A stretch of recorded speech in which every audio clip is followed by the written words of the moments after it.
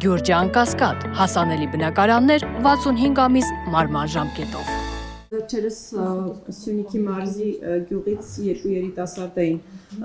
մոլորվել, փաստորեն հետո պարզվեց, որ առանձնակ ադրբեջանական կողմում չեն եղել։ Դու կարող եք մանրամասներ հայտնել, ի վերջո տղաները որտեղ են եղել եւ ինչու են ամբողջ գիշեր այդպես ուր են անցկացրել, ինչ է տեղի ունեցել։ Տեսեք, երբ որ այդ լուրը տարածվեց, բնականաբար ես չգիտեմ, այստեղ մարդ կար, ով փորձել էր ինձ հետ կապ հաստատել, ես հրաժարվեցի որևէ բան ասել, ինչի համար, որովհետև տեսեք, կա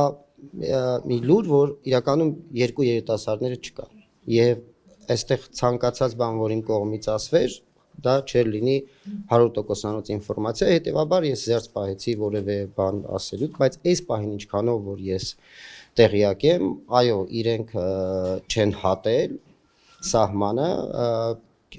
ես կարծում եմ ավելի շատ սպասել են մութն ընկնի նոր վերադառնան, հավանաբար վտանգավոր հատվածներ։ Այդ դեպքում պարոն Ղուկասյան, ինչպես է գնահատում են փաստը, որ ԱԱԾ-ն խոսում էր իրենց Հայաստան վերադարձնելու մասին։ Դե ԱԱԾ-ն ինքը եւս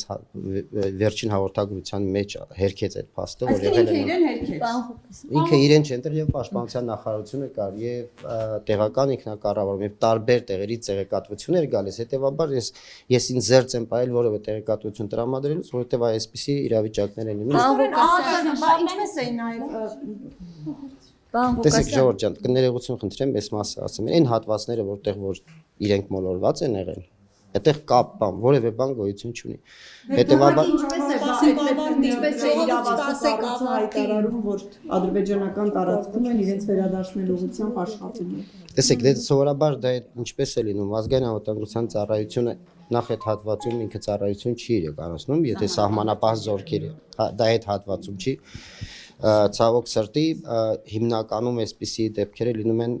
այսպիսի հատվածներում եւ ինչն է բանը որ բնականաբար տարբեր մարդիկ տեղեկատվություն են չէ տեղացիները ասում են հաղորդում են ընկերներ ծնողները ընտանիքի անդամները ես կարծում եմ այդ ամբողջական տեղեկատվության հիմքի վրա եւ դա վարկած էր որը հետո իրենք հենց երիտասարդներ